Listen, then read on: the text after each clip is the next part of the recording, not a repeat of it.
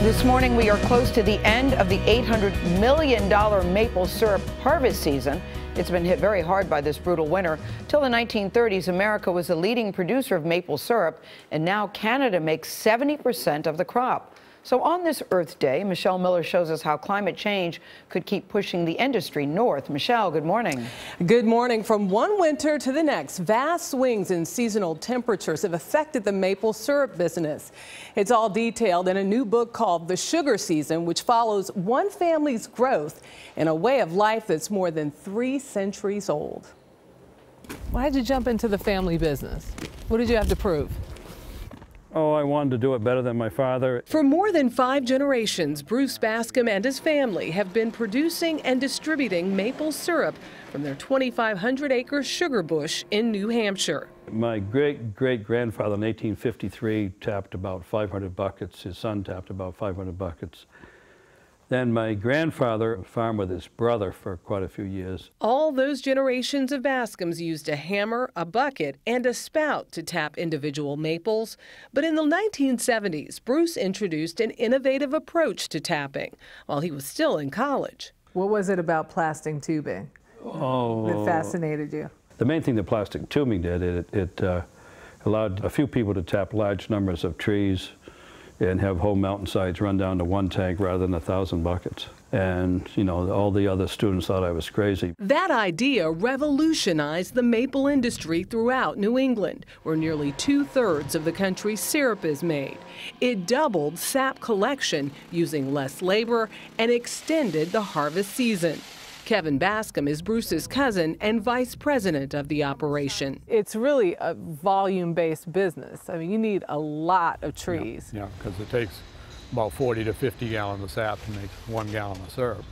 And one tree will produce about a quart of syrup. This is actually the first floor of the sugar house. Bascom Farms is now the largest operation in New Hampshire. It has sap coming into this tank now. Okay. And from here, gravity feeds to the evaporator. And it's clear. Yeah, when you cook it, it changes color as it gets close to the syrup. Annual sales reach $40 million. The maple industry has prospered and expanded a lot. The last 20 years, it doubled by 1980, it doubled again by 1990, doubled again by the year 2000, and it's growing about 10% per year. Despite all the technical advancements, there's one factor beyond any farmer's control: Mother Nature.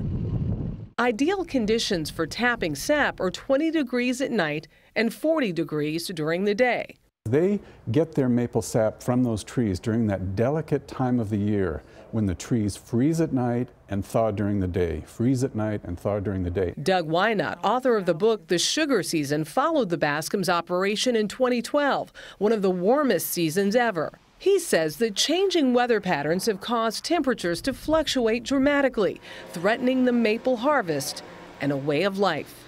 In 2012, the season shut down in the middle of March. It was about 10 days long, or for some people a little bit longer. By the end of this century, if current trends continue, the maple syrup industry could be in only the northernmost parts of this country. It's not running now. No, the icicles are an indication. When we visited late last month, the sap flow was at a standstill, frozen solid after a winter of record-breaking lows. Most years we'd have about 80% of our crop right now. Right now we have about 25% of our crop. What monetary impact would it have? In 2012, when the season was shortened because of warm weather, Bruce lost about $250,000. How do you recover? They have the attitude that this is what happens this year and we'll try again next year. Unpredictability has always been part of a sugar man's life. It's not over till it's over. You know, we still could end up with a normal season. So this isn't for the faint of heart? You know, I think I do it for other reasons than money. There's a lot of competition, and we've gone from 100th place to 50 to 20th to 10th and so forth, and it's not an easy climb. So why do you do it? It's a challenge. Well, Bascom Farms dodged a bullet this year. Spring finally brought moderate temperatures and the sap started flowing again. Last month's cold spell actually extended the season, bringing ideal conditions for sap production. Bascom Farms is on pace to produce their typical yield, about 30,000 gallons. Incredible. I hope it works out. Thank you, Michelle. Thank you.